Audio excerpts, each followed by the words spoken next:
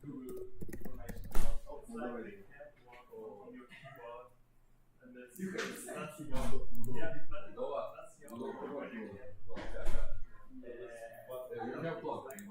Oh, I can show you time. It's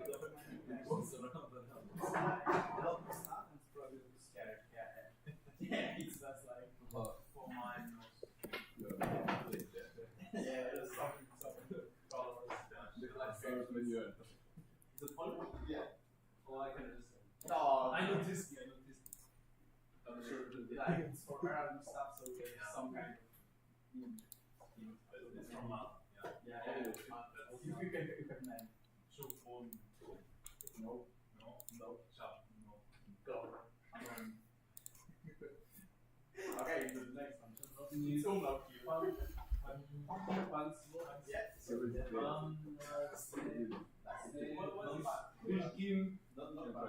You just need to like this letter is like it's like you can pronounce it. You don't need to say what you pronounce it. No,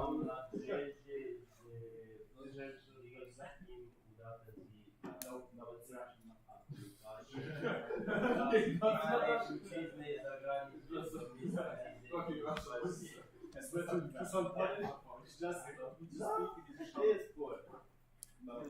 Russian.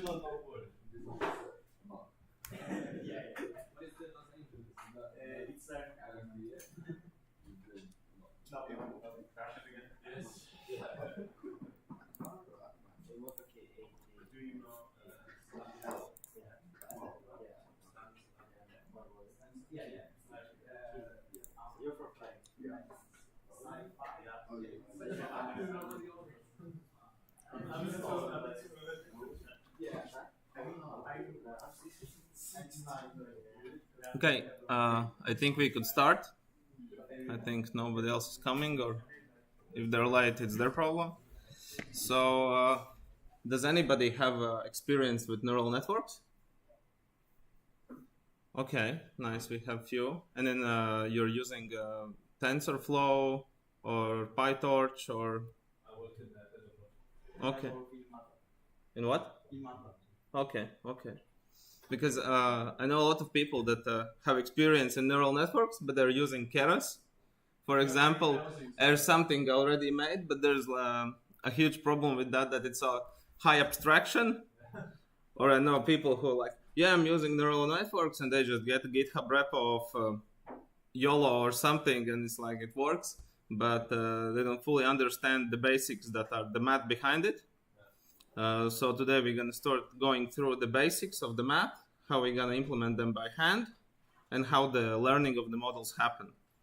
As I understood yesterday, you went through object-oriented programming, some basics in Python, so you should know that a bit. I can help if there are some struggles with that. And the first thing about neural networks is the dataset we're going to use. So you can go to the classroom. I opened the task 3.2. There's a template you can get of the code. You should have it open, so when we start coding, we can code. There's an example picture of the data we're going to use. So this is from a webpage called ss.lv. So it's like an eBay in Latvia, and it's used cars.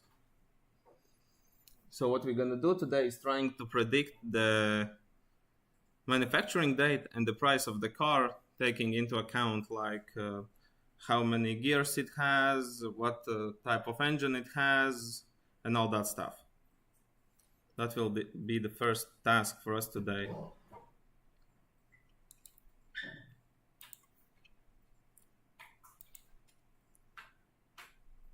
And what we're going to make is a basic model. You probably, if you have no experience, you have no idea what this means. But we will go step by step through it. And another question is, does everybody know derivatives? Like financial derivatives? What? Yeah. Okay. Okay, that's good because we're gonna be working with those.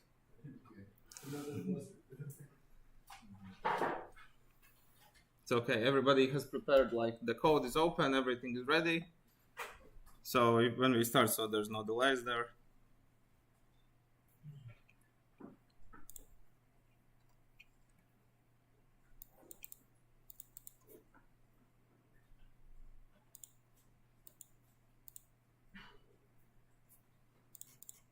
So we also watch the videos in section 3.1. 2.1. Section called videos/materials.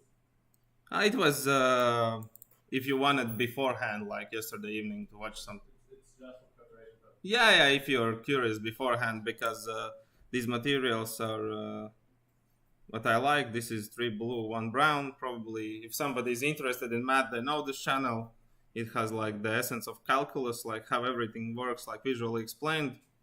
If you have questions afterwards, like how something is done, these are good videos, and rest is like some blogs or about math.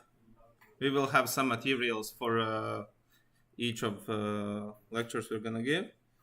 So basically, the main purpose of this is maybe that after this, like in a year, you're thinking, okay, I'm going to make something, and you have forgotten everything. At least you have materials you can go through and remember the stuff you did. So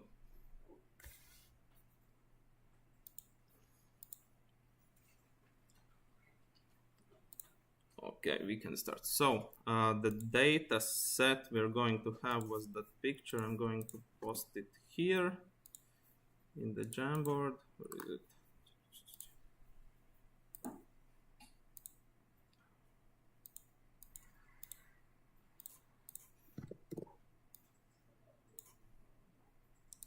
So we can see it. So basically, yeah, there are like used cars. You can see on the top of the code you've been provided, there are examples. For example, we are going to have like what is the date manufacturing, the price it's selling for, how many kilometers it has driven, how many liters are the engine, and stuff like that. And if you open the code, you can see here we have kilometers. I think this is seats, how many seats it has, liters of engine, and then it's gear count. And we're going to predict the price and manufacturing date. So if you're thinking of like for human, you can have an intuition how to do it. But for a model, it's only like just calculating it, and it will be easily done. So, and the basic model we're gonna do is a Perceptron. Maybe you've heard of it. It's like the most basic model you can have. I'm going to go to get a picture. Hopefully this is good. I'm going to move it here. With background. Okay, and then this one. So the most basic thing in neural networks is a perceptron. It's like one layer of hidden units. For example, here you can see it's, you see, oh, you don't see my cursor there. God damn it. So X, Y, and Z are the inputs. For example, those are the number of seats, kilometers it has driven. There we have our weights. This is the main component of neural networks. And then we have some activation function. We're going to go through why we need them. And then we have outputs. So in the essence, neural network is nothing more than, if you're going to predict y prime, is going to be a times b plus, a times x plus b. I'm going to replace maybe the a with w so you can understand. So here we have weights. These are weights are these ones. X is our input. We're gonna use it all together in one vector or tensor, how you want to call it. And after this, we're going to add one more thing, and that is the bias.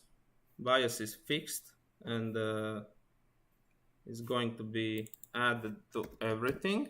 So it's not only multiplication, there's addition. So this one goes here. So we have a basic function that is our input times weights plus bias. And the thing is that doing only this, it's like everything is linear. It's like you can get a line that is with some angle and biased in some direction. But the problem is that linear splitting data, it's hard to predict because nothing almost in all of the data sets is linear. So we need some more, maybe you can draw here. How does it work? Okay, it works like this.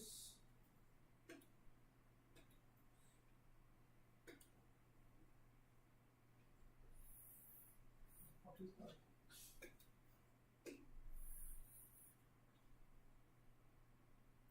How can I draw?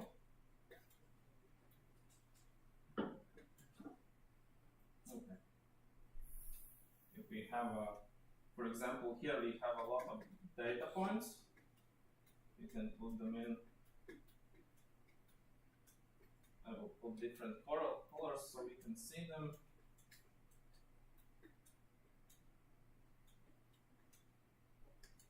And here.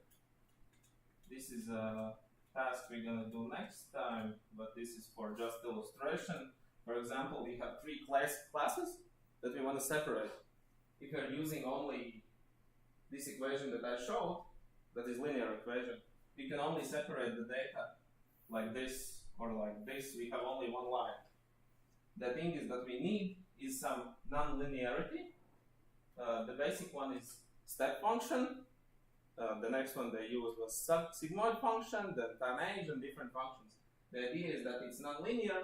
It transforms the output data. And if we attach more and more these layers together, like we have this this layer, activation, another layer, after that, we can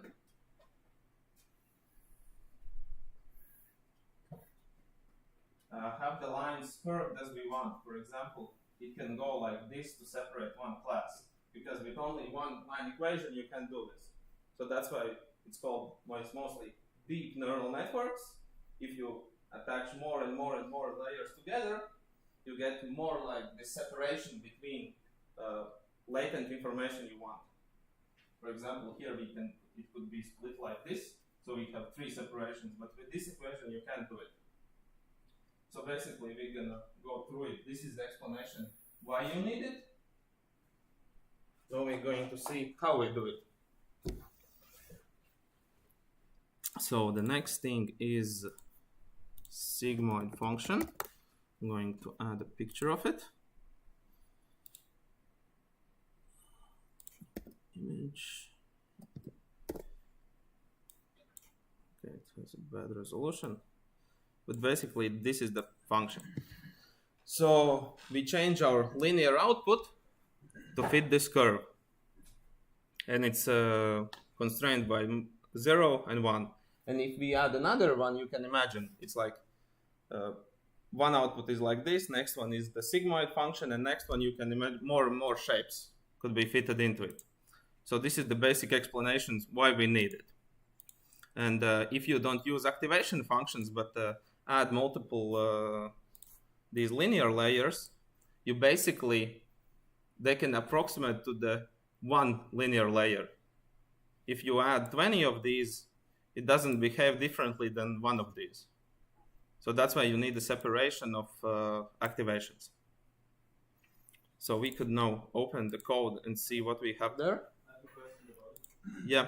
So you always need a non-linear element to guarantee non-linearity of the model. Yeah.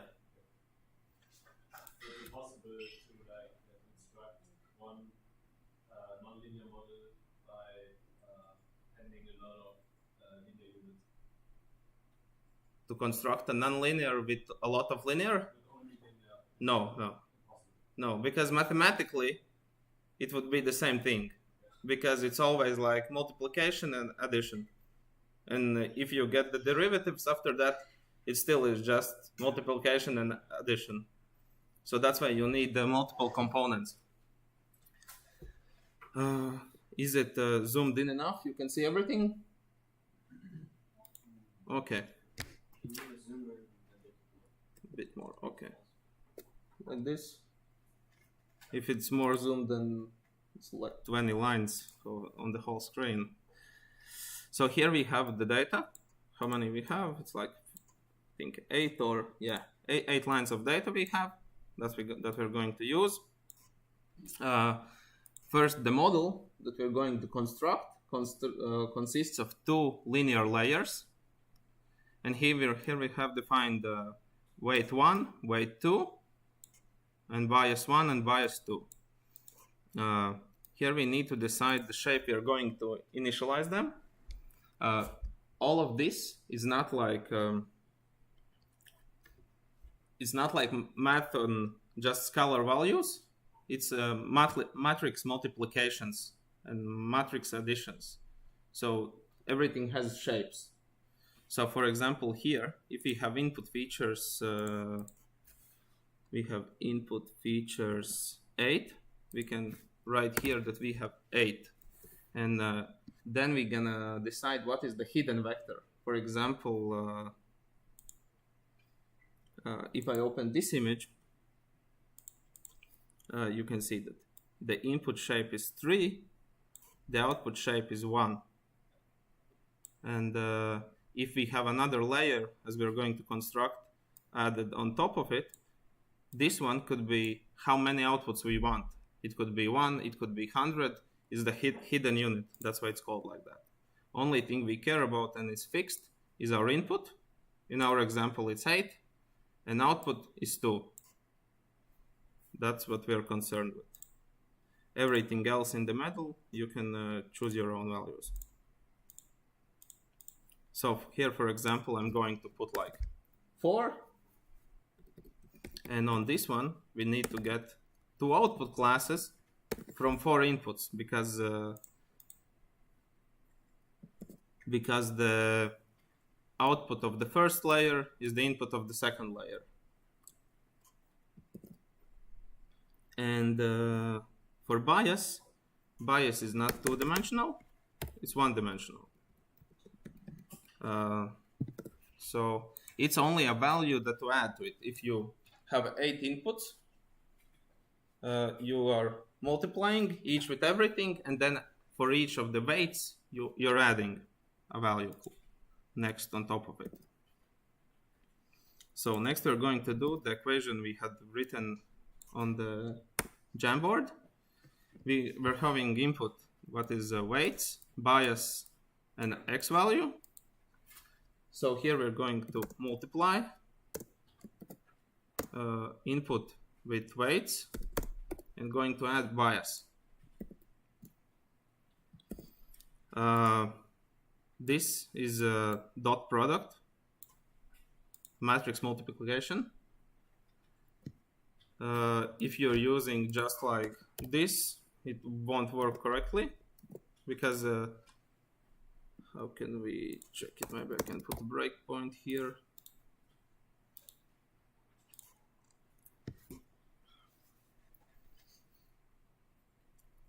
The problem is that it will be kind of small and hard to see. X is not defined. It's setting the big X.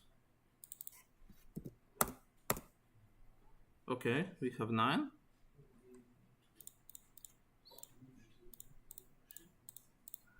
Okay, I have 9 these inputs. I think in your example it should be the same as mine.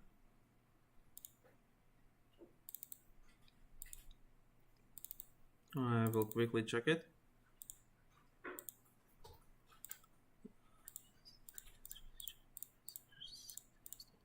Yeah, it's 9 for you as well. So here the input shape is 9 by 4, and the X shape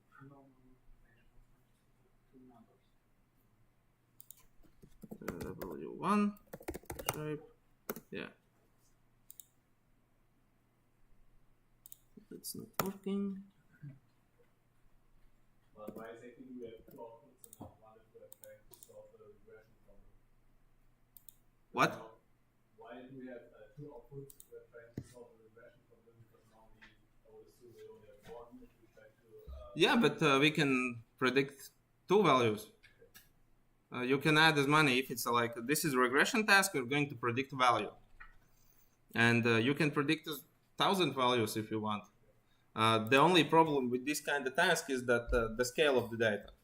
For example, if you're gonna predict somebody's age, and the next thing is their income, the data is skewed in one side because the income is, I think, hopefully your income is more than your age. So it's like for model hard to predict that one output point is so large and one is so small. So okay, I didn't add. We need another brackets here. I don't know. Remove them. Yeah. Shape like this.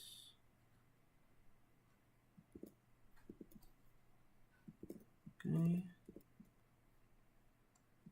Okay, it's not working like that because it's predicting 2. Then we put what is the correct size. I'm going to quickly find out what was the problem here. I didn't put the right shape. Okay, you need to write size equals because otherwise it makes the two values, and the same for the other one.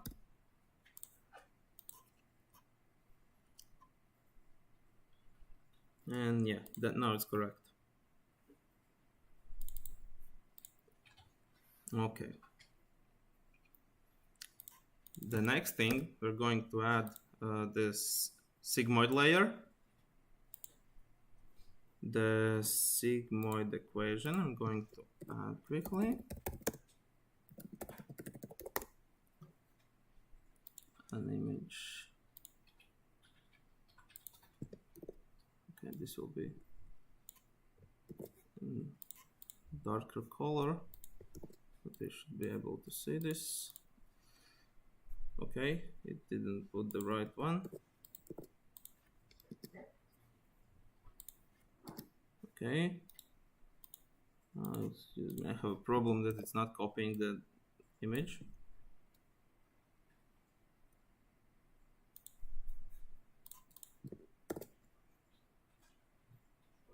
Okay, here. So this is the nonlinearity we're going to use. So it's, you can see it's not linear. It's 1 divided by 1 plus exponent in minus x power. So we need to write it in code now. What? Why we are using that formula? This one? Because there are multiple activation functions. After like each linear layer, you need an activation. Okay. So this is the one of the oldest ones, like the basic one. That's the activation function. Yeah. Okay. This activation function is this image. Okay. Yeah. So we're going to make this. What happened on there?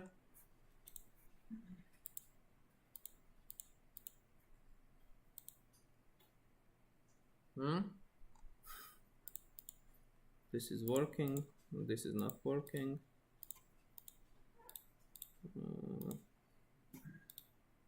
Select window.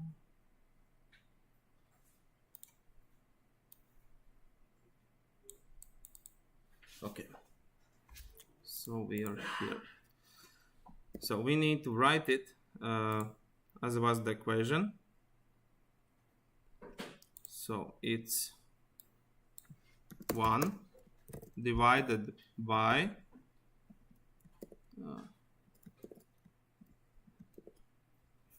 why everything is lagging for me, this PC. So it's 1 plus, we can add Numpy exponent and minus x. This is the equation we're going to use. So now we need to add the model. that was an image added in the task. Here we're going to define multiple layers we're going to have. So we can write output equals linear. This is the first layer, so we're going to use weights 1, bias 1, and the x is the input. After this, we need to have activation function. We can write again the output, and this is going to be sigmoid from our output, because if we go through this function, this one goes into sigmoid. And after that, we're going to have another linear layer with weights 2,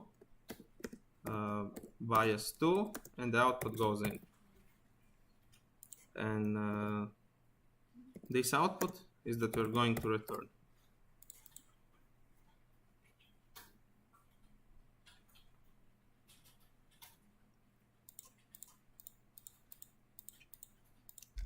When you're training neural network, there are two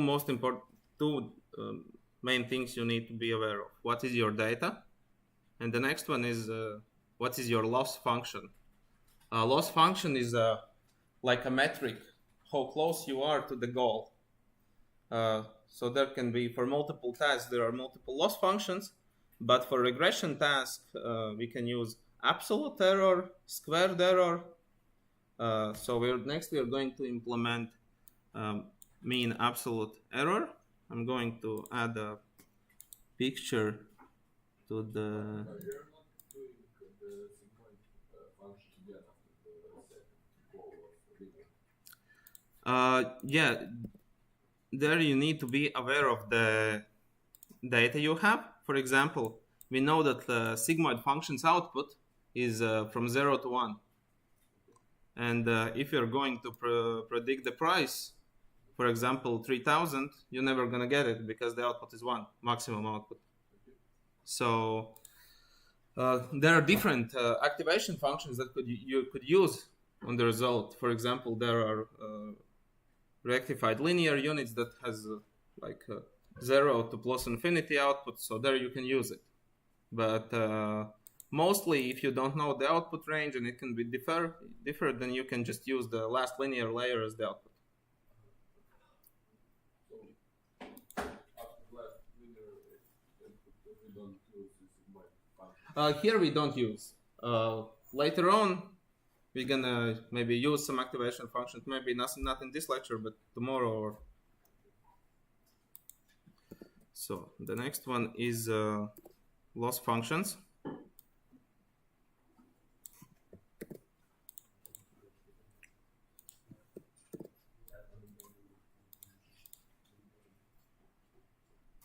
Okay. Well.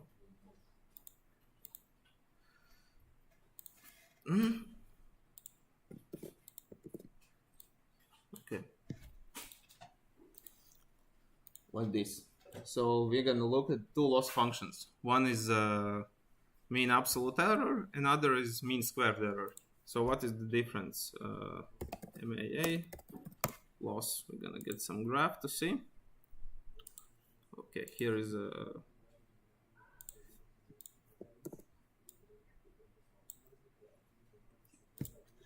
Here you can see that the curves look differently. The x is the, for example, here the delta, the input value you're gonna have. For example, we want to have 0, and you see that squared error is a hyperbola, and the mean absolute error is just 2 lines. The data is the differentiating factor why you're going to use one or another. For example, if the data is not really clean, there could be like false labels, false value, then you want to use the absolute error because it doesn't penalize as much that you are further away. And if you use the square error, it's like if the values doesn't fall nearly here, the loss value explodes and is really large. So if you not sure if you're gonna get some, for example, online data set where somebody could have put like false values, then the squared error will be kind of bad, and absolute error would be not as bad. So now we're going to write it. The error to be 0. Yeah. The goal is to have the error to be 0. Then we have like perfectly fitted our model. In practice, if you have error of 0 and accuracy of 100, you know that something is really bad.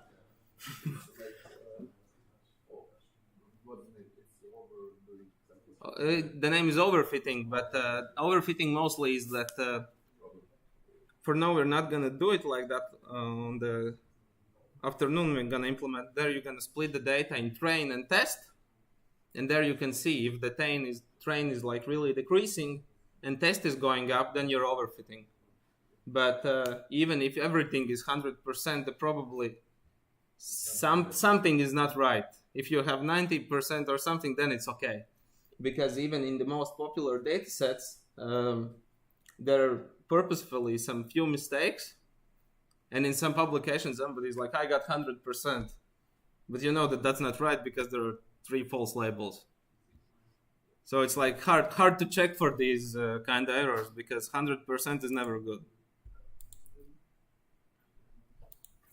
So we need to add our absolute error.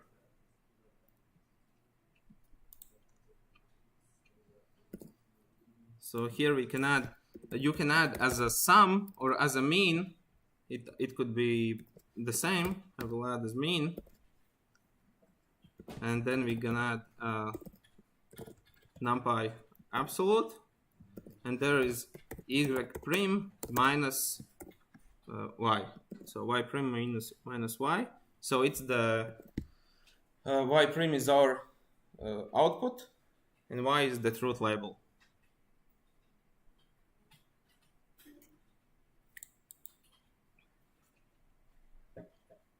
Are we also going to implement an optimizer, or is there any way to optimize the model without any optimizer?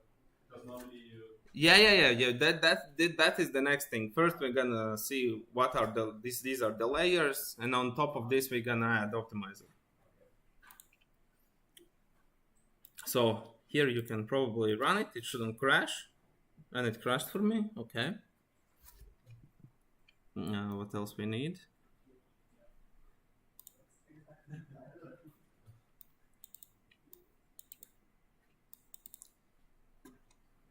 From 9.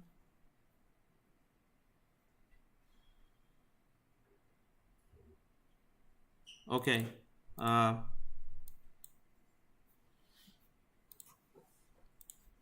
will quickly check.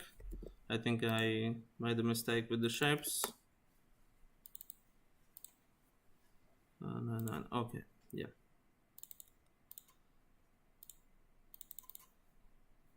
So basically, in the beginning about the shapes, I explained it wrong because I think in PyTorch and in some frameworks, you write the dimensions on the opposite sides. So for now, we're going to look at the data as this. So here we have 9 examples. The examples is like the dataset length. And the input shape for us is 4. This is the 4. And the hidden units we're going to produce is 9. So what this means is that here we're going to have 9, and here we're going to predict 2. If we run it, it should work. Yeah, it works now. So we can see in each.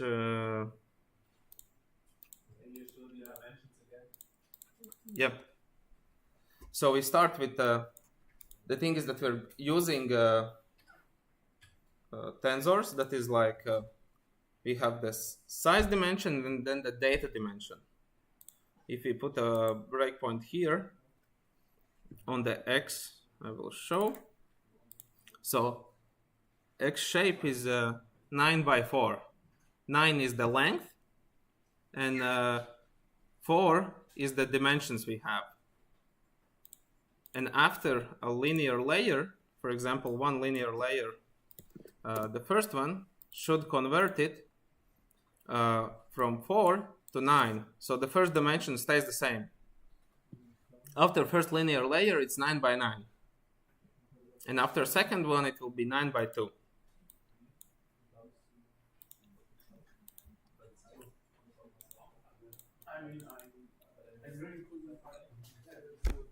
Any questions or what? So 4 is because here we have 4 columns. So this is as in yeah. You should look at it like the first number is the number of columns. This is the data it's going in, and here is, for example, the date of what we're gonna predict, the kilometers driven, number of gears, something else. The second one that we have is I'll open this screen. The 9 is hidden unit. It can be anything. You can add, I don't know, 32, 64, whatever you want. That is the one you can choose. And the last one is 2 because here is the output. The output is 2 values, the price and the date of manufacturing. The hidden layer was between the input and the activation function. Yeah, for in our picture, it's like like the input for the activation function. Or I'm not sure if I understand. Okay, I will try to find another picture where we have multiple maybe layers. This one I think is better.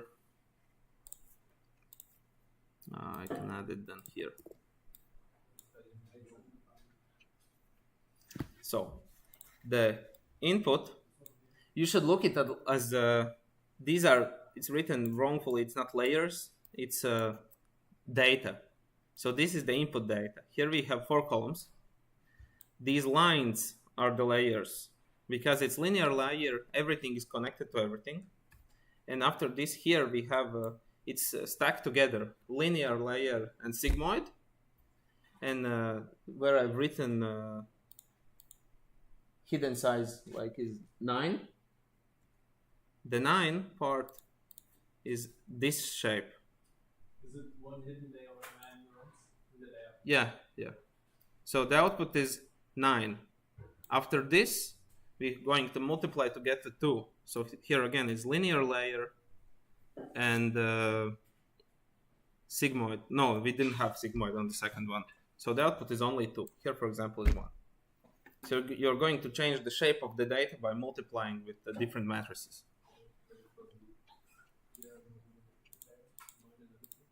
So yeah, input 4, maybe we can somehow see.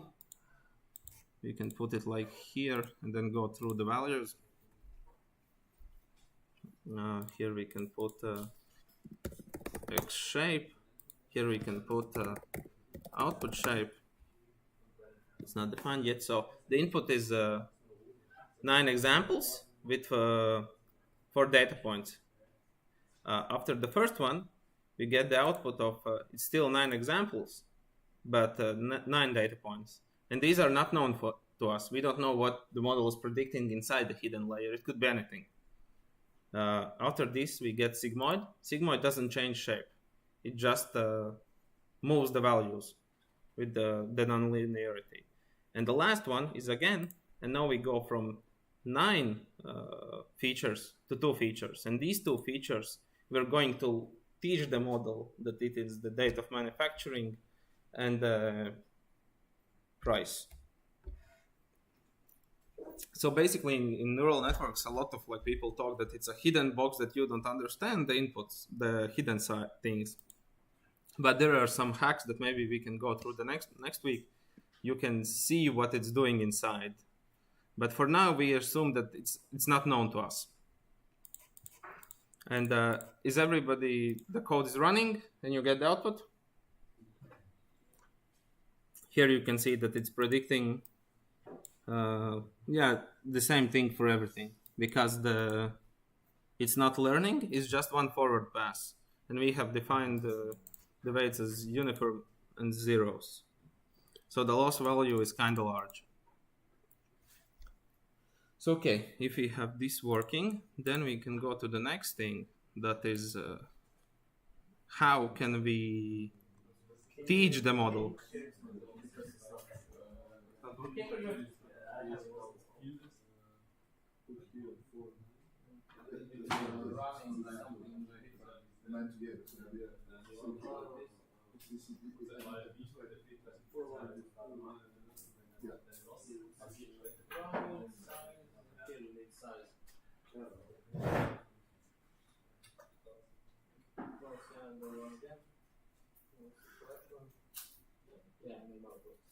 If you change the different file, you can just run with here with the right click, because it has the whole history of the simple one. Yeah. Okay, no. Okay, everybody, is it good?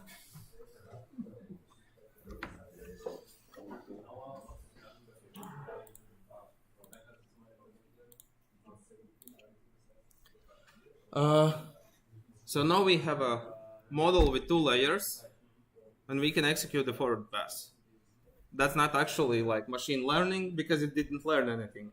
It just multiplied some values and got the output that is completely wrong. So the next thing we're gonna do is how do we learn the model? So one of the important things is the loss function we have. And the next important thing is called stochastic gradient descent. This is called optimizer. There are a lot of different optimizers. Some are smart and you don't even have to think about them. You just add them and it works perfectly.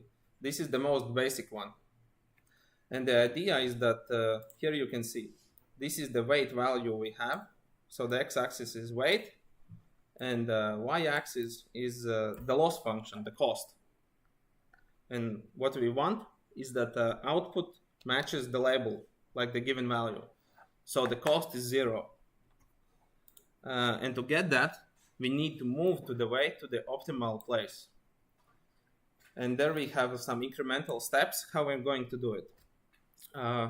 So here we're going to use derivatives. If you get value, for example, here, but you know the goal is here because the loss is on this side. How to tell that? For example, you want to predict somebody's age. You predict that he's 30, but he's 20. So you know that you're overshooting. So you need to move back. If you're telling it's 10, but actually it's 20, you need to move forward. So there you have sides. You're going to move on this direction or this direction. So the loss value gives you a direction, and now it's here, moving here. But the problem is that the loss value mostly is large. So there comes a term learning rate. It's the small value that you multiply by the error you have. So now we're going to look at a bit more interesting picture with the same thing. This one. So the thing is that this is what you want to expect, like you have mean squared error and just one linear layer without any activations. This is the thing you're going to fit because it's nothing there. But in reality, multiple data points, each has its variance because nothing is like perfect. The multiple models, multiple weights, the actual graph you're going to see is something more like this. It's like the plane in which you're fitting is not like linear. It's dependent on the data, dependent on your model. So here we are going to move. We're starting here. We want to go to here. How do we get there? The loss function drives us down. It drives us again. And that's why it's called stochastic gradient descent. It's like with the small steps, you're not always going to get the perfect results. It's called the local minimum. The thing everybody wants is global minimum. This is the lowest point of the lost cost function you're going to get anywhere with these weights. But mostly you're gonna get stuck in some of these places, and you have to decide if it's good enough. For example, you can see the loss function is large because we're far away from the goal. We move a lot. We're still kind of far. We move a bit forward, but here, what happens is that sometimes you don't have, the loss is not big enough to get you out of the minimum you have gone into. You had a question? Yeah, but why is the code stochastic? Where does the probability come from?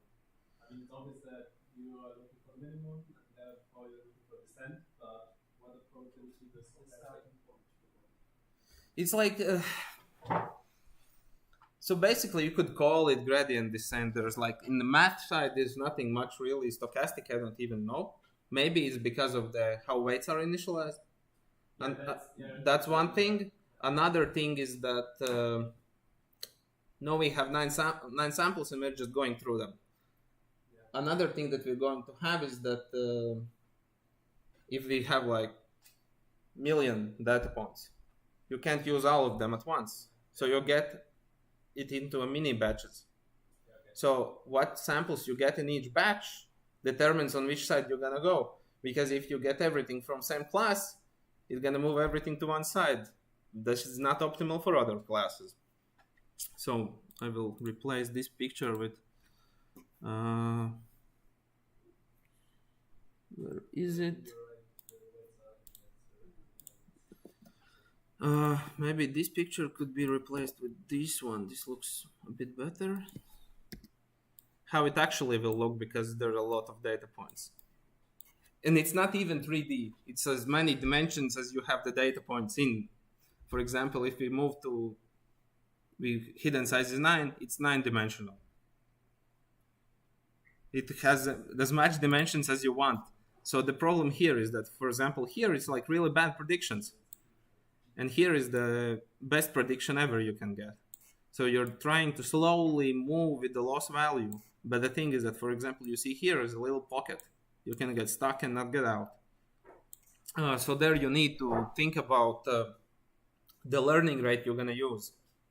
Because if you use a small learning rate, for example, these lines will be shorter. You're going to move by smaller increments. That means that you're going to spend more time training the model to move to the optimum. And it gets more easily stuck in the local minimums, like these pockets. But if you're thinking, okay, then I'm going to increase the learning rate to be bigger. The thing is, if you're here, you just want to move a bit. But if the learning rate is big, you're just going to jump around it. The step size is so big that you can never converge perfectly. That's another problem. Or sometimes you're going to jump over the minimum. So it's just playing with the parameters, having a powerful computer and just leaving it run. And hopefully you're going to get a good output. So I'm going to go to the class. Is there any algorithm that are better than that one? What? Is there any algorithm that is better? The optimizer algorithms. Yeah. It's like there are still people researching new ones. There's always some new, but sometimes they're like just for one specific task. They work perfectly because some data is different from other data and there are different behaviors that are called. We're not going to go really into them, but there's called like this is the only learning rate, the step you're going to take. There's momentum because you know where the model is going, so you're going to push the weights in that direction. Algorithms are not calculated. What? Genetics algorithms are not calculated. That or No. That is the most stochastic thing you're going to get. It's just like fully random, and hopefully you're going to converge. That is not here. So I'm going to open next task, 3.3.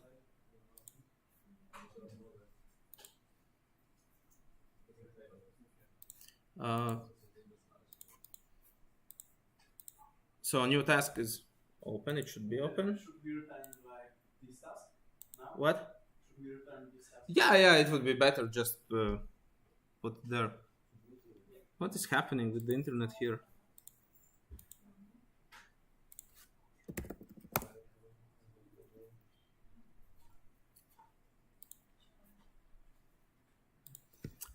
And when you return task point 3.2, you can get the 3.3. We have another template.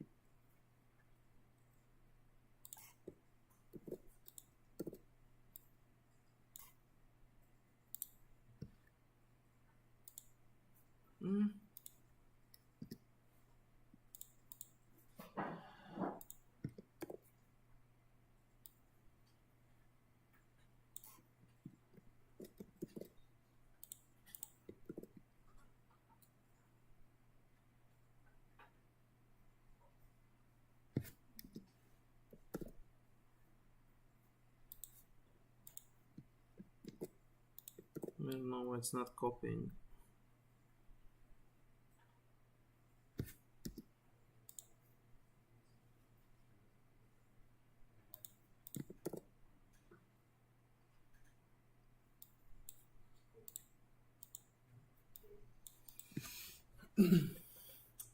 So everybody got the new template? 3.3 template.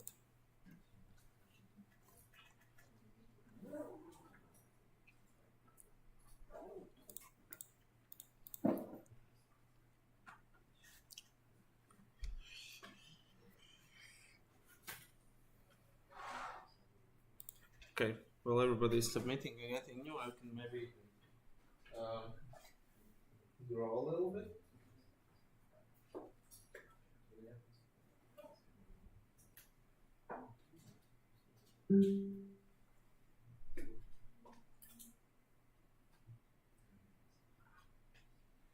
So, as I thought that the learning rate is important parameter. Another thing is like how many samples you get,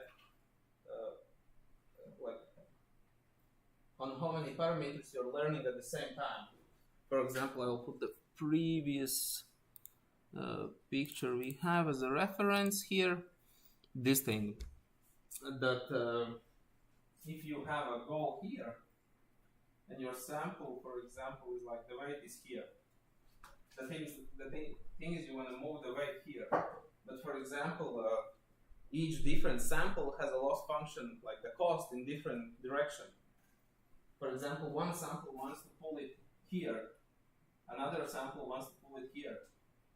So this is called batch size. In the next task, we're going to implement it. The thing is that the perfect thing is that you're going to get all the data training at the same time. But that is not mostly possible because computers still are not powerful enough. For example, in my day-to-day work, I sometimes have datasets that are 2 terabytes. And I'm not going to getting a GPU with 2 terabytes of memory. So I have to use small batches of it. And how you're going to get the batches and how good is the data means a lot of difference. Because, for example, if you're going to teach from here, it's going to move here. The next sample had the loss there, it's going to move here. But if you get a lot of samples together, for example, this one's here, something here, you're going to get the average of them all. That means that the whole average is moving a little, but in the right direction. So that's why it's like getting more data inside, but not too much that you don't have memory to train the data, the model. So we will see how to choose the size, but the rule mainly is that increase it as much as you can, the better the model will train. So okay, for the next task. Derivatives. So I hope everybody is familiar with the equation shown on the screen. The most important things is, okay, how derivatives of constants is 0. The power rule is that you get like the exponent in forward, and it gets like exponent -1. But the most important one for the AI is the chain rule. That you move a function's derivative and then you multiply it with the inner function's derivative from that function. So, for example, that you see that you have a function g from x, and that output goes into function f. That looks a lot like our regressions looked, that we have linear layer, sigmoid layer, and then again a linear layer. It's like one function within each other. So here it's the same, how we're going to move it outside, like derive the result. So maybe we can start slowly coding it and see where we need it.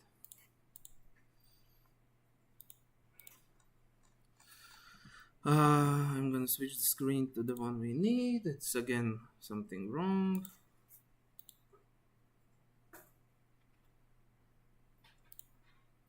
This one. So here we're gonna copy some stuff from the previous task we had. The weights we can copy. They can be the same. Here, I'm gonna zoom again inside like this. So this we're gonna leave for now. Linear layer, sigmoid, and mean absolute error you can copy from the previous task we did. It's all the same.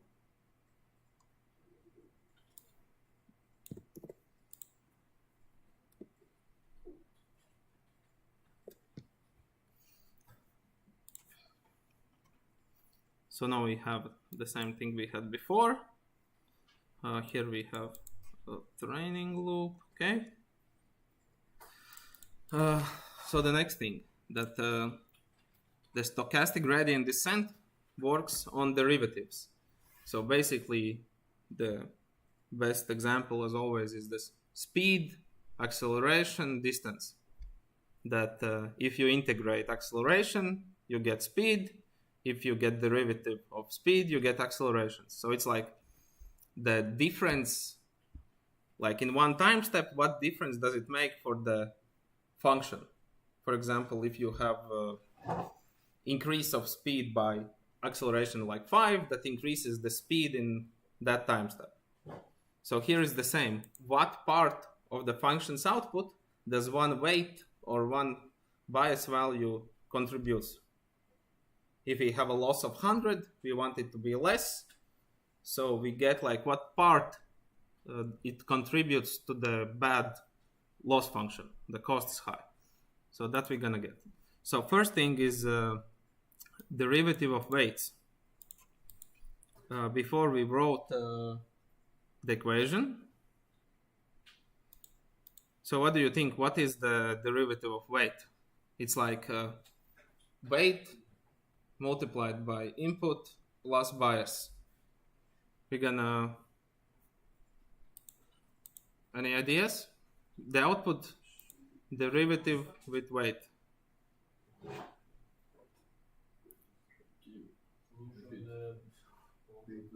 What? So we made the model go forward. Now we need to get the derivatives. What is how much of the output value and the loss function is contributing each weight and each bias. So this is the derivative. So maybe I have a picture to add something so you can see. Yeah, there's not much of a picture to add. So if we go here and we look at this function. What? It would be just W? No, we're the derivative of W. Oh, so it would be Yes, yes. So basically, this is the power rule. We're moving it forward like. So yeah, bias is a constant. It's a non-factor here because we're deriving by W. So bias is replaced with 0. And so here you have a power rule that if you have a x on the power of n, you get n times x in the power of n minus 1. So what happens here is that it's a multiplication, and if you're deriving w, you move its power that is 1, and the w is in the power of 0, so the output is 1. And only thing left is x.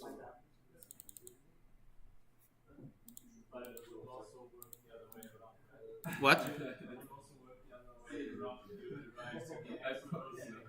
Yes, yes, yes. So here we can write the output is just x.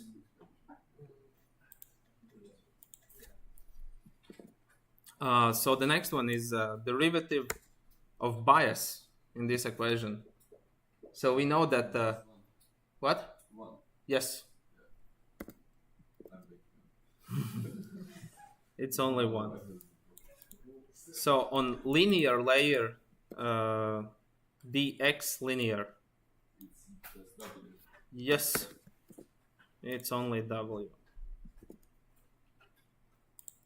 So another thing to add that all neural networks works on the idea of that you can get derivatives of the functions. There are a lot of nice functions that everybody would want to add as activation functions, but the constraint is that they need to be, you need to get the derivative of them. It can't be like not a number or infinity or something. You need to have an actual number for derivatives. So this is the main constraint on activation functions. So sigmoid function was a bit more challenging, I think. So we're gonna go through it. So I'm gonna open where we have it. The sigmoid function. So it's 1 divided by 1 plus e in the power of minus x. So what? You have any ideas?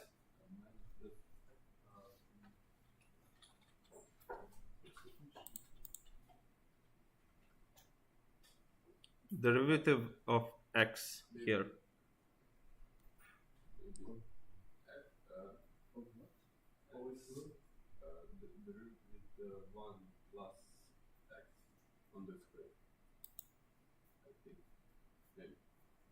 So I will then just write and we can go through it. So the answer is, it's still sigmoid, but what we add on top of it is it's multiplied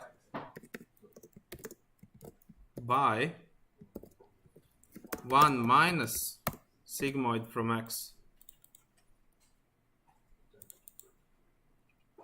So this is the derivative.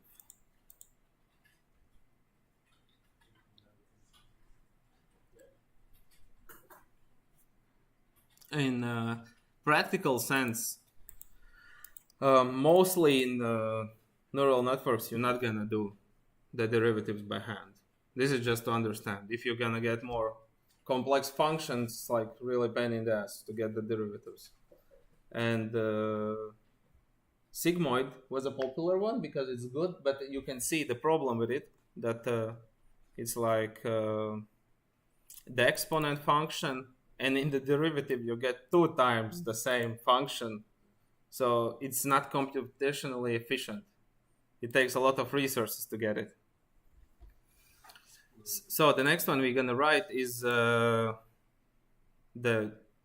from y prime derivative of mean absolute error.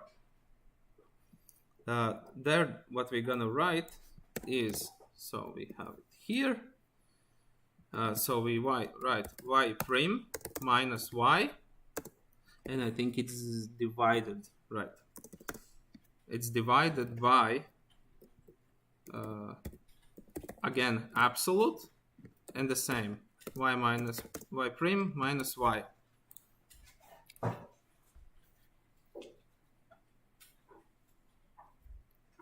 And here one problem that you can maybe see is that we need to add some little constant that I'm gonna make 1 e minus 8. So if the loss function for some reason actually is 0, we get actual value.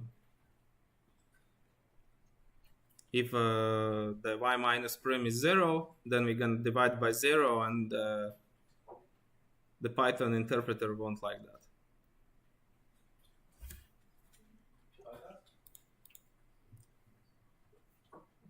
So as an example, yes?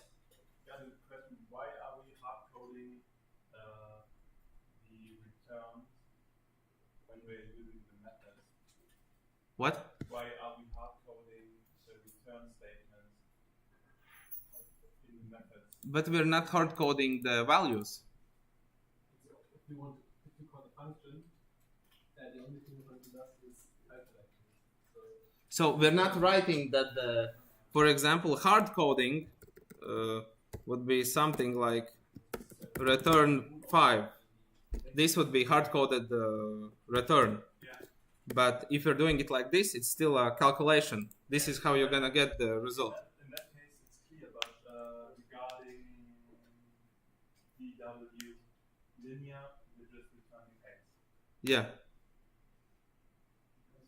Just so it, because it's like next we're gonna get for each individual variable, we're gonna get derivatives. So we see, so it's not just X, you can write DW linear. So you just write, you see the chain rule, how it plays out. What is multiplied by what?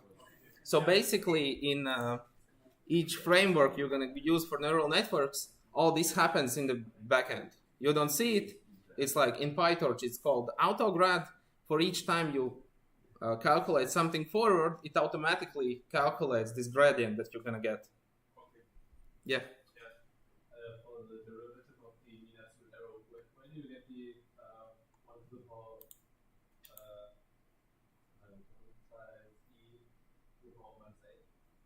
This one, the problem is that if the error is actually 0, we're gonna divide by 0. So you can see in the equation. So this is the top side. This is the bottom. If you leave only this one, it can be 0. So it's not you're gonna get infinity. But wouldn't it be the case that there's no loss? There wouldn't be backpropagation, so they need to. Yeah, but it that is some exception. So here you're just gonna add some really small number. So it's an actual number. So there are a lot of equations where that is used because a lot of divisions and a lot of places to get zeros, you're just gonna add. It's like the epsilon can be anything. It can be -3, -8 power, so something like this. So now we're gonna get to the interesting part. We have to get derivatives of each of the variables in our function. I have prepared the values of 2 of them.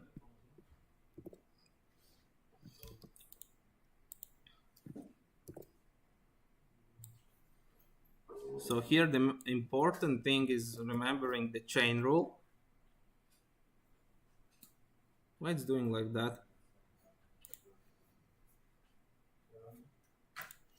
I think I found a problem.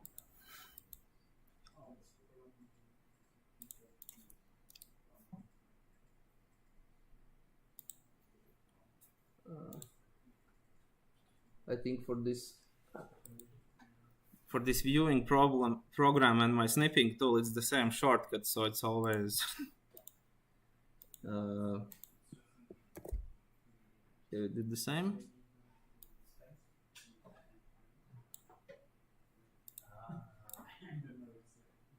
So I'll try again to get the picture. Copy here.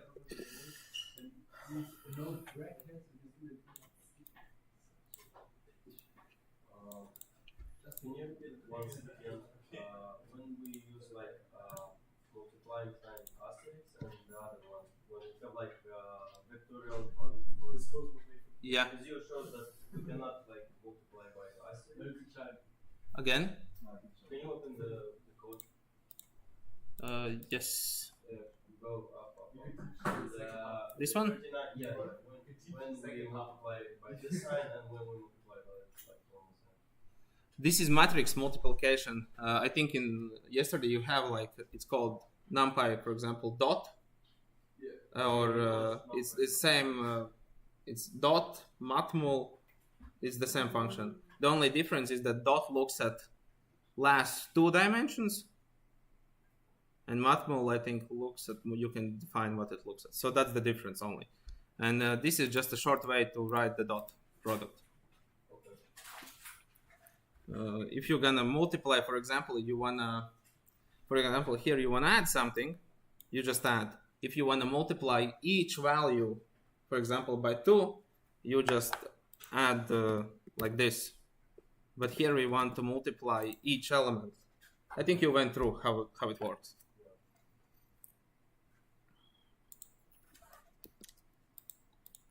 I'm sorry that I have a problem with the copying images, because something broke with the shortcuts.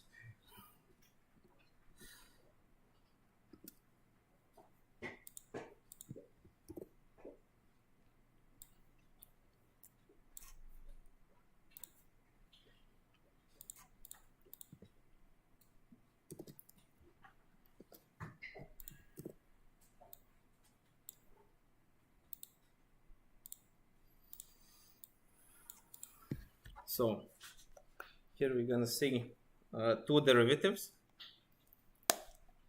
One is by weight 1. Oh fuck, I didn't switch. So here, one is by weight 1, one is by bias 2. So to have an idea, where was the picture? I didn't add. I will add another picture so we see the whole model.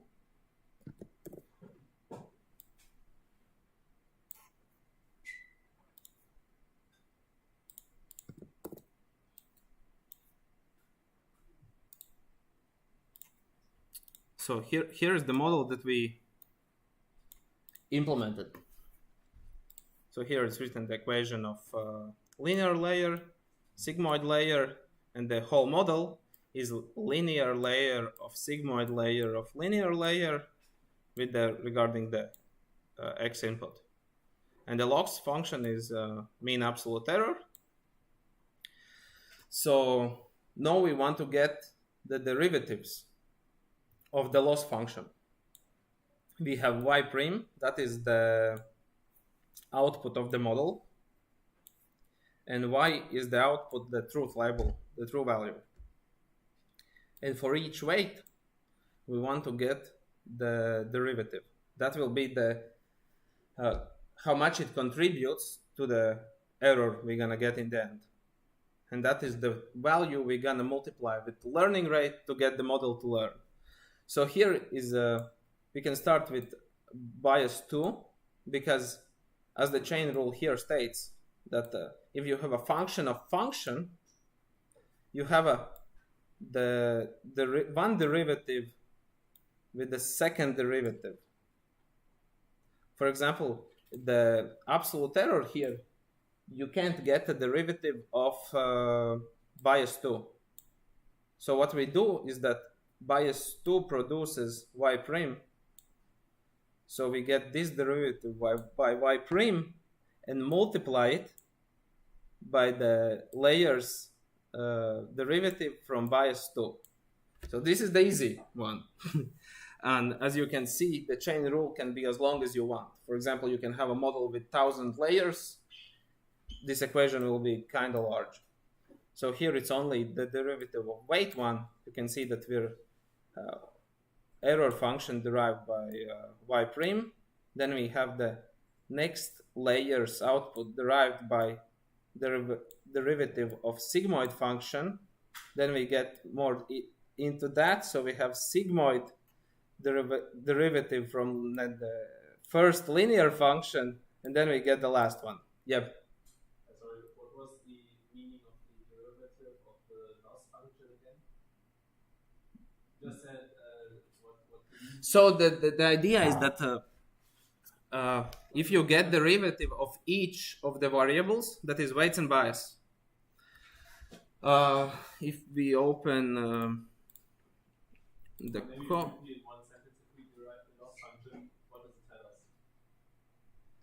If you get the derivation of loss function, for example, from this weight 1, you know that it contributes, for example, how to tell? The derivative is in which direction it skews the output. For example, if you get the derivative of 1, you want to move it down to 0 so it doesn't produce the loss function. The perfect result would be that each derivative is 0 and everything is stable and we predict the correct values. But I all try to tear it into different... Yeah. And that's the thing with the initialization. So here we have uniform, this is zeros. You can have different ways to... When you start training, you have no idea what weight you're going to need. Yeah. So they have to move somewhere. If you add everything to 0, then everything output will be 0 and it will be a huge error. So here it's like what each of the particular variables affects the output. And we're trying to minimize that. So that is our goal. So looking at this equation, we're gonna add these two together. And the next two, I hope that you can manage on your own. That will be the W2 and bias 1. So we can go to the code side of things. And here we have 4 derivatives we need to write. So what is happening here? And which one we're writing? We're writing start with bias 2. We're gonna start with bias 2. So we're gonna write dy prim loss. So this was the first one. We're gonna get derivative of y prim and y. Next thing after that is multiplication with with the bias, the linear layer. Here we're gonna add weight 2, bias 2, and the input of this one is from the model. So it's sigmoid from linear layer with weight 1, bias 1, and x. So we can write and we can go slowly through it.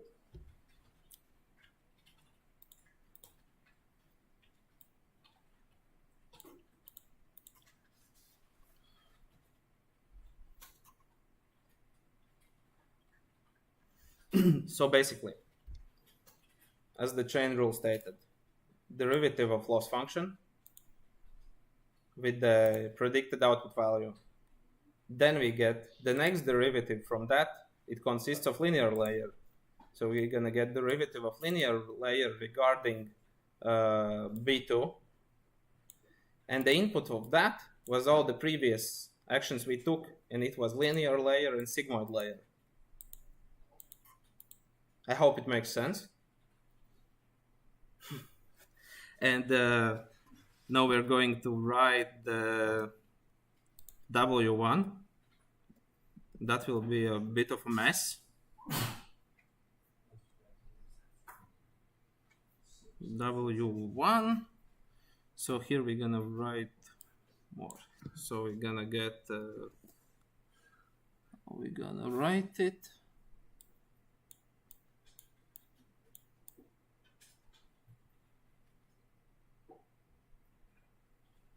So we need the mat move there.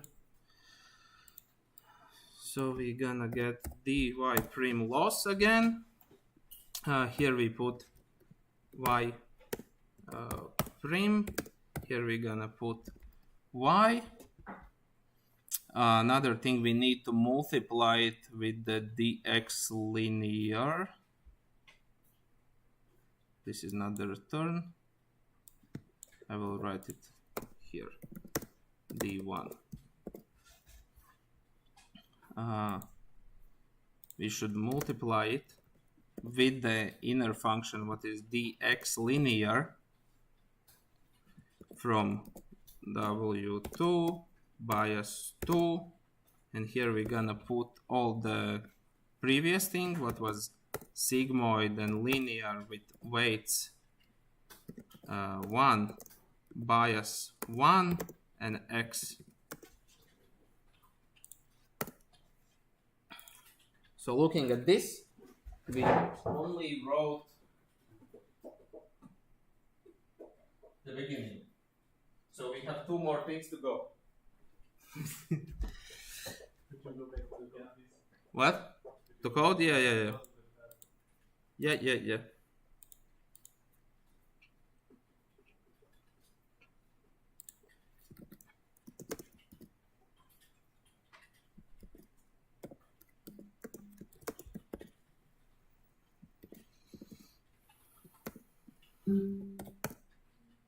What was y prime again? So y is the output obviously, but y prime? What? The y prime variable, what was it? Y prime is the result of the model. That's the prediction. Right? The prediction, yeah. Okay.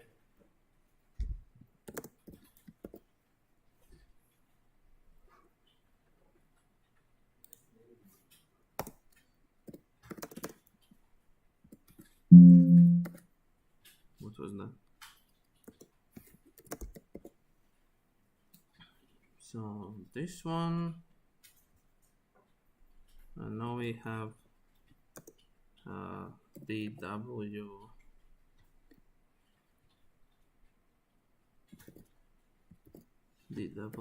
linear from weight 1, bias 1, and x.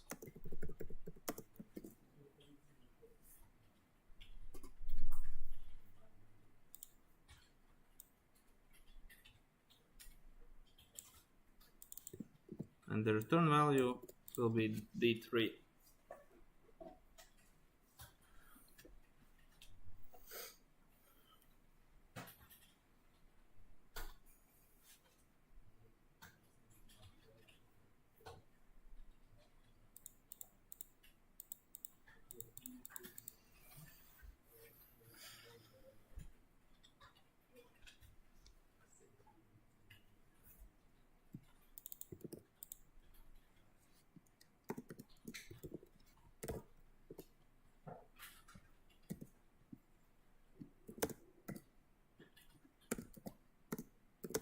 I will check quickly if we have some errors or no. I will add y and y.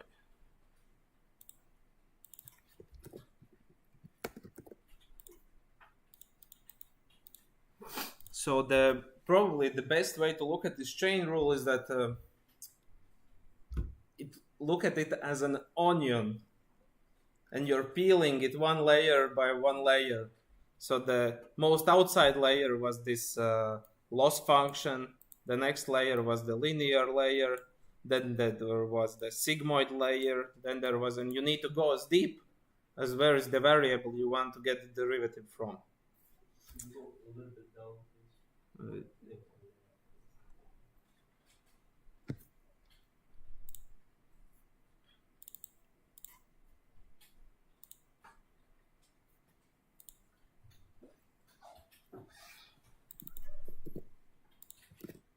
Now I'm gonna test if everything is correct.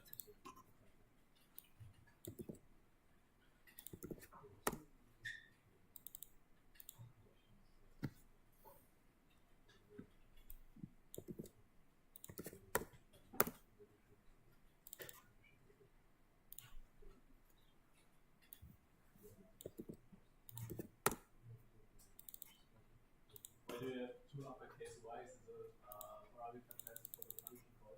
What? Why do you have like two uppercase Y's pass as a parameter for the function call like 74? 74? I'm just testing.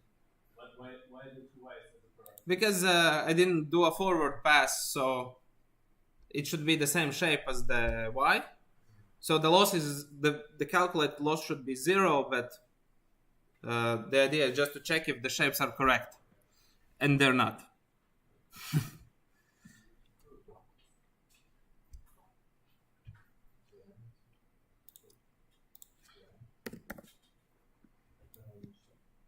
I'm gonna quickly see if I get. Couldn't you just check the shapes of Y prime and Y max? So you don't need another parameter. The Y one? No, this is just to quickly check where is the problem. So yeah, this is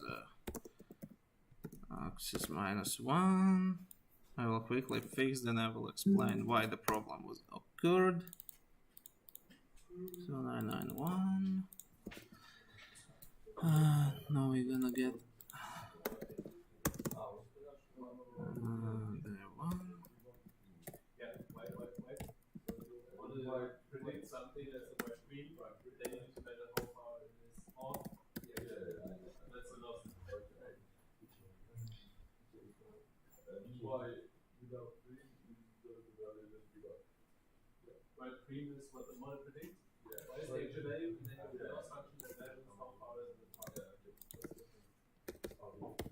Then based upon this where the optimizer algorithm then optimizes the weight. So that's the purpose of machine learning. That's your loss. Then you have the optimizer. And then one optimizes the weights, then it's the entire purpose of deep learning.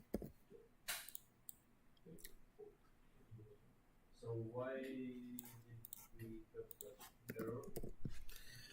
We had an error. We need to I will check what I have as a result.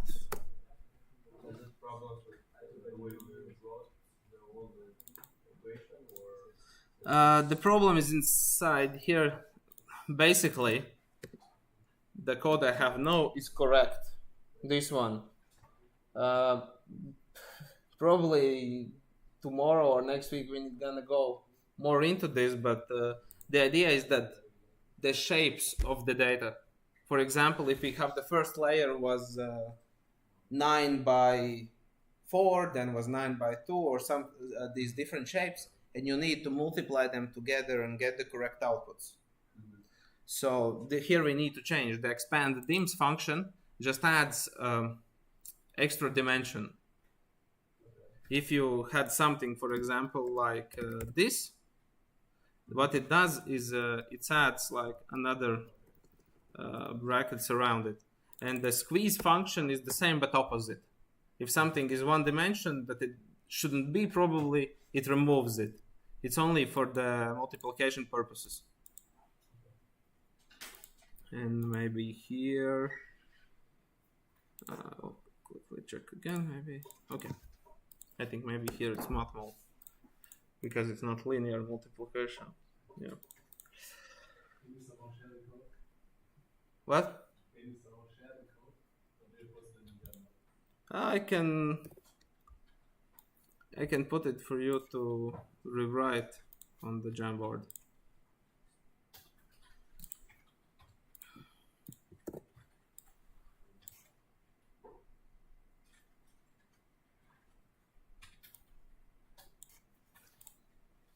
So it's available here now.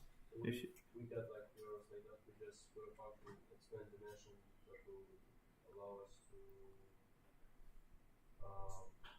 calculate them, or to, because I didn't get The expand dims and all that stuff. So the idea is that matrix multiplication, you go like columns and rows. Oh yeah. So the thing you need some dimensions matching.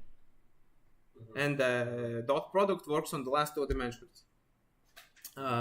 So the idea is that if you have not matching shapes, you can restructure the data in different shape. This is not the maybe best way to see. Basically, here I add extra dimension in the end, so I can have the matrix multiplication. If I add it, that. We need they need to match with one another. So yeah. Therefore, we have one. Okay. So, for example, here I'll put again a breakpoint to see what is the data shape. This first one we have is 9 by 2. This one we have is 291, and if we don't add extra to it, I think another way would be to transpose it, but this way it works. So basically, let's not get into this. We will have it some other lectures, because here it's only for resolving the derivatives. Otherwise, it will be, for example, how to structure the data if we have something more complex than just few scalar values. Why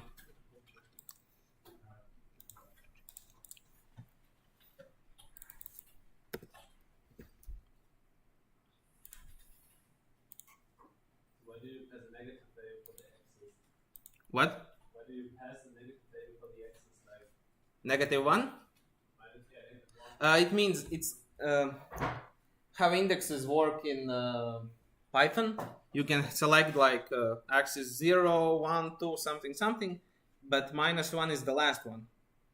It will always be the last one. So you don't have to keep track if it's 10 dimensions or 3 dimensions. It will always be the last one. Okay, it's working for everybody?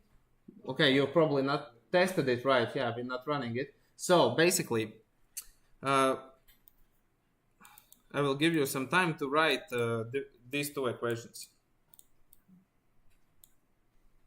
I advise to start with the W2, because it's the outermost layer. It will have a shorter derivative.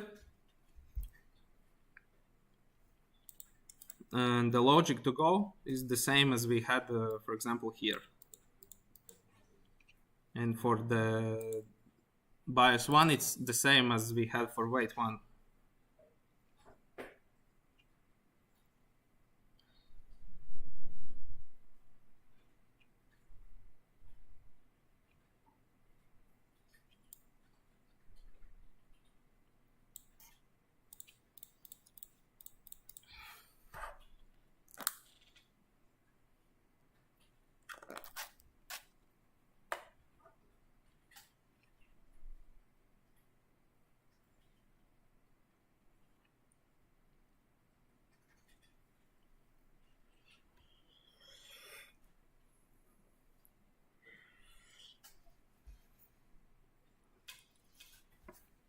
If somebody have questions how to calculate, for example, this derivative of B2, we can go and maybe we can go through it together if you don't understand something.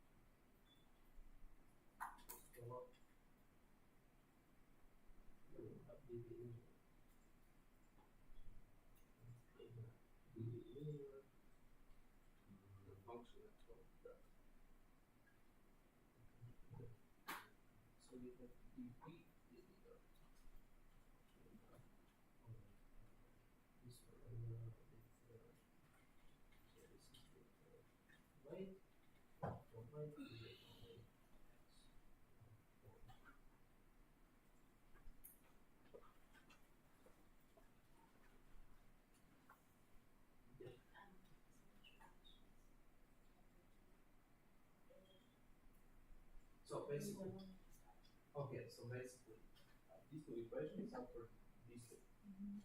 So only need to go with these ones. So basically, the idea is the same, that we use the chain rule that we want from the for example, for W2, it is this way. So it means that this way. First, we need the derivative of this one, so that's we did here. And basically, then we replace dv with dw, because it's the same function without the one. But derived not by bytes, but by weight. So it should go almost the same, but changing this one. And this one is the same thing on this. It's a longer one, because you need to derive this. Then you need the relation of this. Then you need this, and then you only need the last one. So it's like feeling the back layer of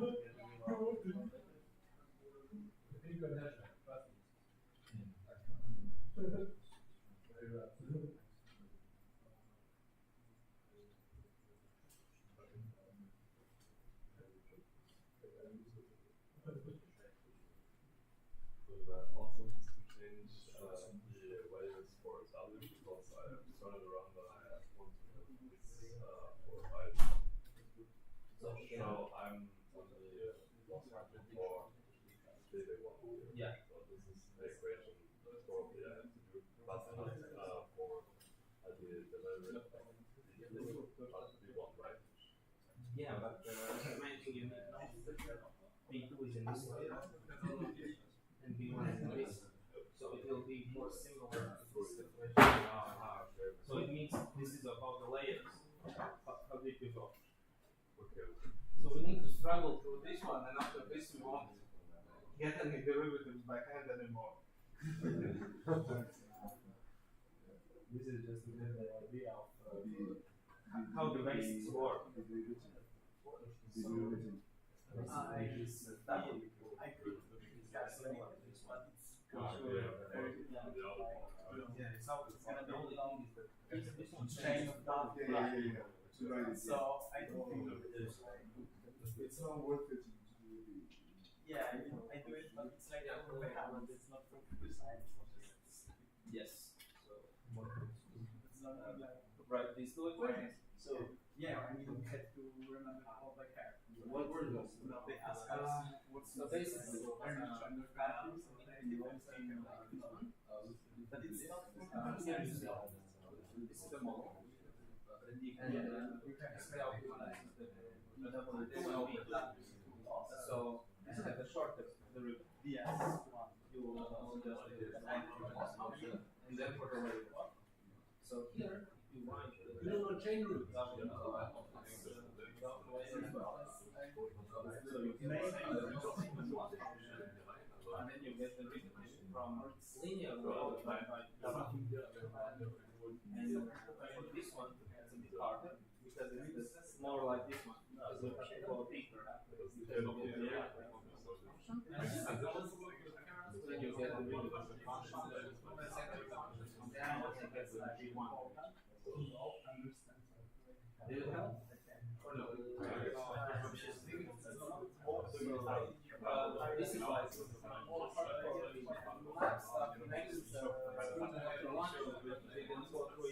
object-oriented will make more sense.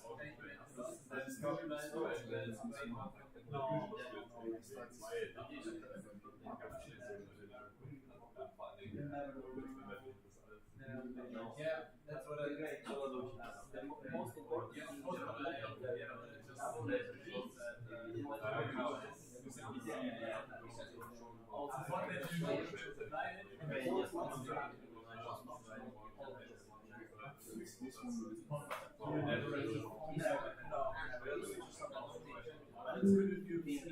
And now the layer by weight amplifiers.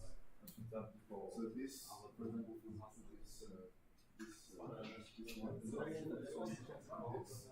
we do the and then since this we do this one, and then we change the dB by W. Yeah, because it's the same layer. It's the same. Only thing we care is the bias.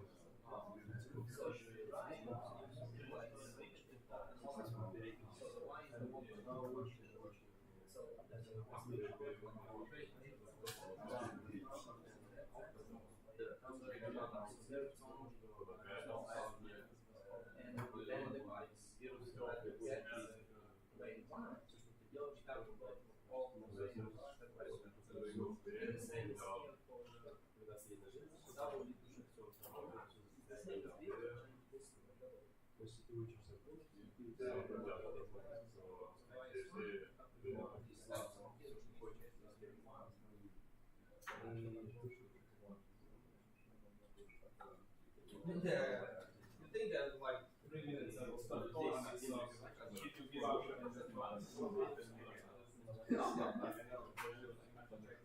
This is not a question. It's not a question.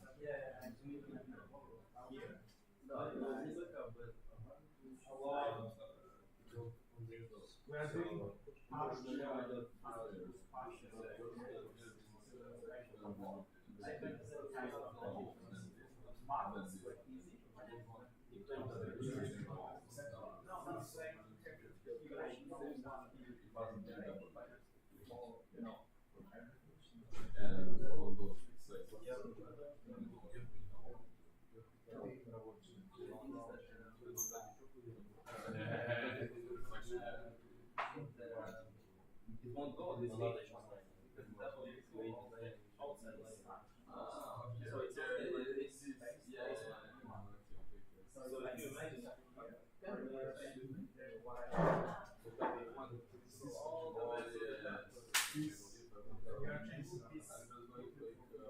This first layer and this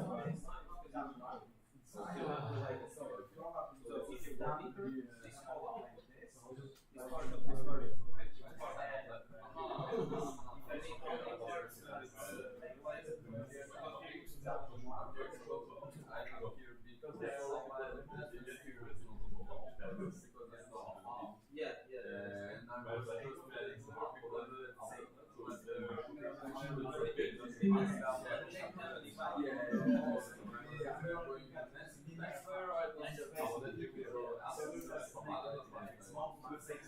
It's like once it clicks it,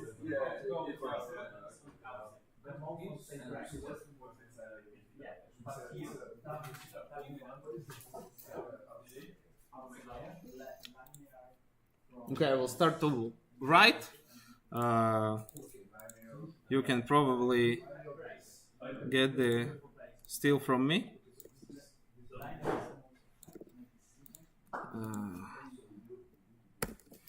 Here again is a problem with the axis. So this is D1.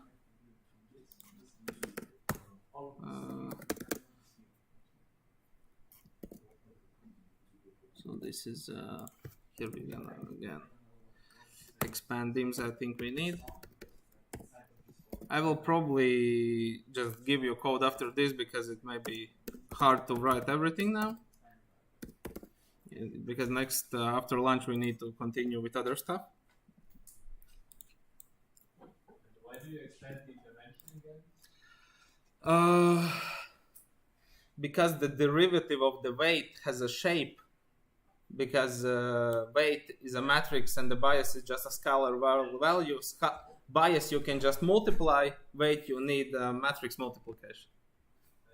And the derivative needs to have the same shape as the original, as the non-derivative. It needs to have it will have the same shape, but it needs to have the same shape as the ones you want to multiply with. Yeah. I expand dims.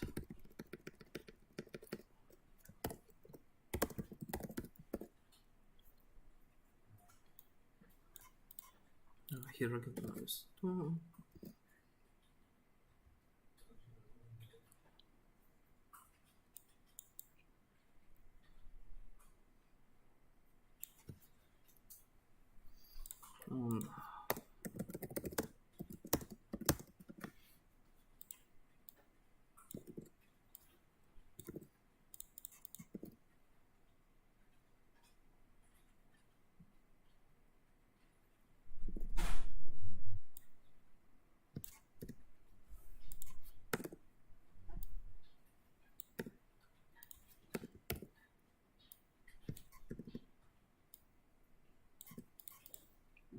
For example, here on the B1, again in the last one, we don't need the change dimensions because it's B is just a scalar value.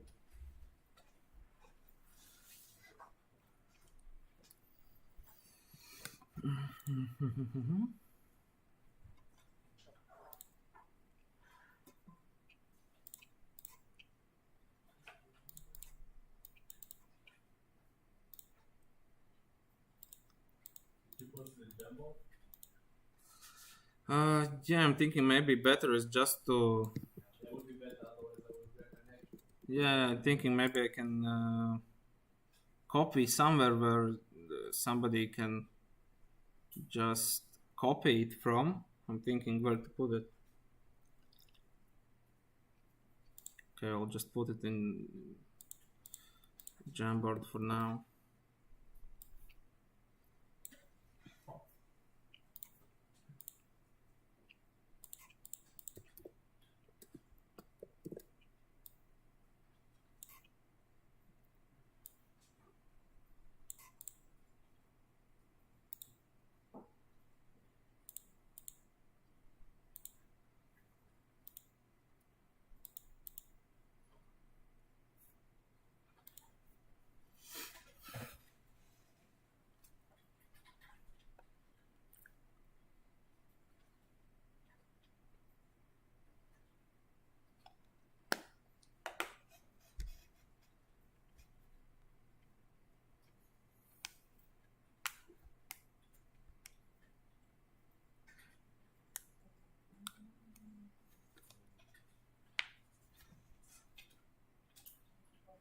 Can you go a little bit down, please?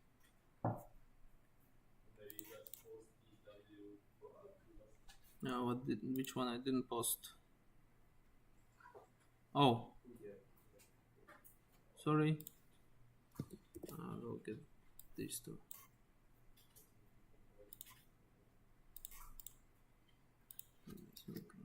Away.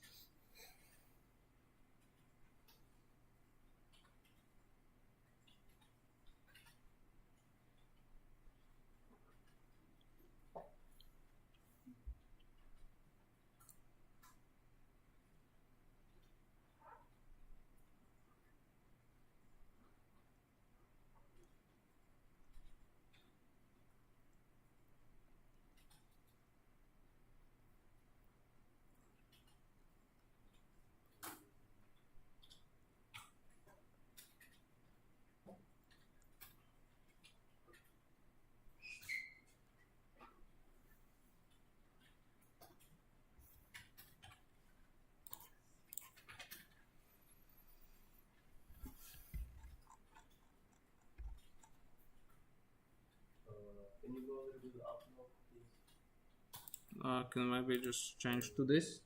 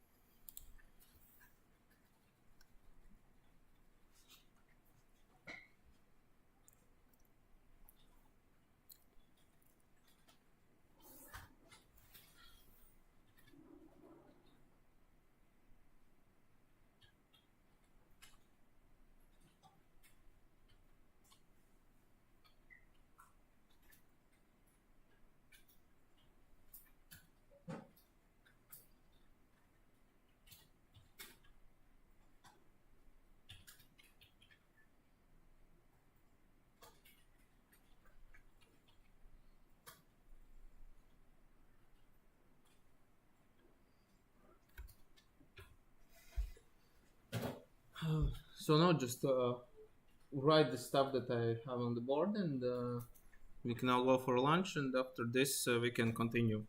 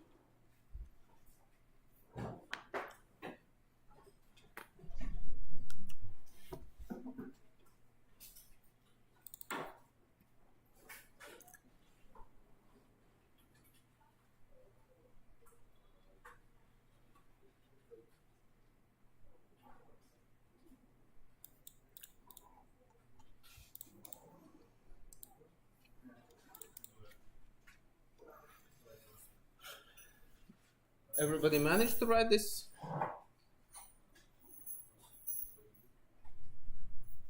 Still somebody writing or?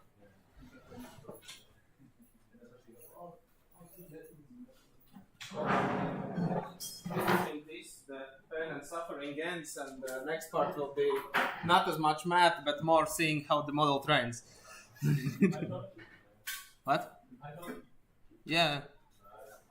Oh no, today we're gonna write it in Numpy, but object-oriented way, so you don't have to do all this stuff by hand. You just do it once, and it will work automatically.